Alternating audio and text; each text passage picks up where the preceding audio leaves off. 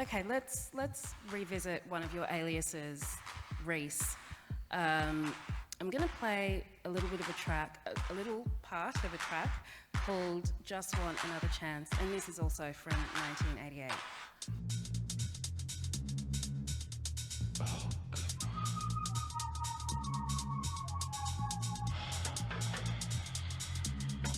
Um, Tell us about that bass line in that track. I, when I was creating that bass, I was just thinking dark, deep, thinking Paradise Garage, and I created it on a CZ 1000. So I just, you know, got into the parameters, which I always enjoy doing because sometimes when you creating sounds, it can inspire you to play a certain way, or you hear something that inspires you to play something on top of that. So, and then you can also change your direction.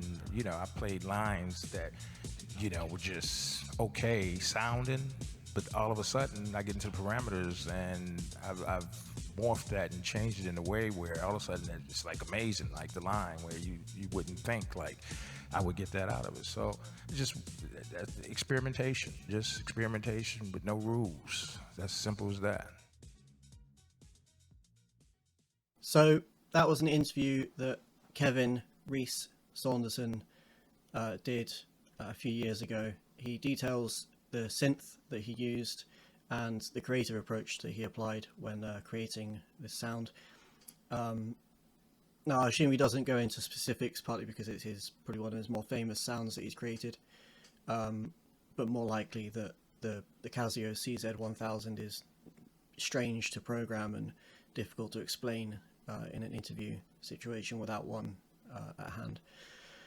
The Casio CZ series, for those that don't know, use something called phase distortion.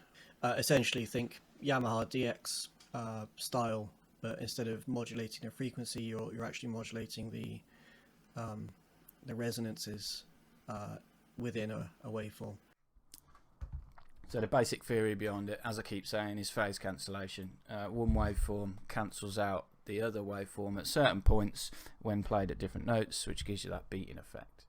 So this is a poor man's way of creating this that is probably more useful in the long run, because the phase distortion or phase cancellation synthesis really only applies to those Casio CZ synths, and to be honest, they're expensive and difficult to use. So this is a dual VCO synthesizer. It's essentially the same as the SH2, except you're selecting a pair of waveforms at once rather than having them split out with two different controls. So I've used a saw and a sub saw at -1 octave. I haven't gone to -2 because this sound is incredibly high sustain and it gets very muddy if you go down too low with the tuning of the waveforms. You can play it further down and that's fine, it sounds good like that, but when you actually set them too low in their waveform, it gets a bit muddy. So the VCO1 is the saw that you're hearing, and I've tried to keep the sub low enough in the mix that it's heard in its effect of this beating characteristic, but it isn't actually affecting the main tone generated by the saw wave. And then this noise oscillator is just there to add the kind of roughness that the distortion would have added on the original CZ synths.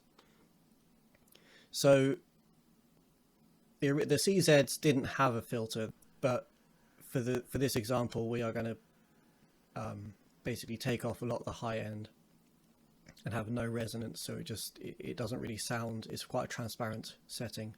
We're not doing like the house bass where you're actually exploiting that resonance to get character, where we want no character on the filter and just want to take off the high end. The envelope that we have applied has no attack, no release, a little bit of sustain and some decay. And then our amp envelope is full sustain and just a little bit of release.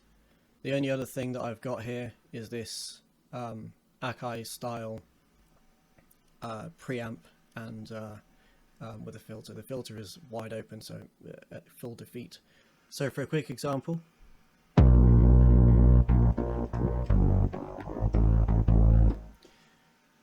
So it's very sinister sounding. It's, you would have had passages played similar to this.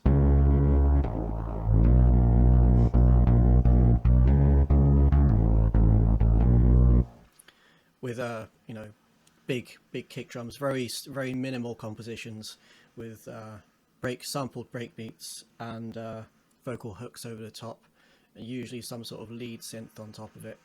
In later years, this sound has been heard in the Prodigy's more recent stuff. For example, the Invaders Must Die bass line is something similar to this.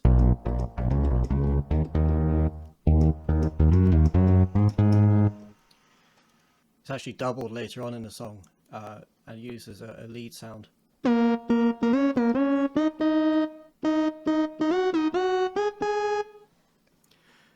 It gives a very powerful lead. It cuts through big sound systems. These are coming back from the kind of speaker system days where you'd have horn sounds that are blasted out across the audience with deep basses going on. At the meantime, you've got crazy breakbeats and aggressive vocals. It's very much in that time period. So going through all this, I hope that clears up what the concept of a Reese bass was and then later on became. And you should be able to pick them out a bit easier when you're listening to songs in that genre of the kind of the early drum and bass, jungle, and later on the kind of English hardcore rave sound.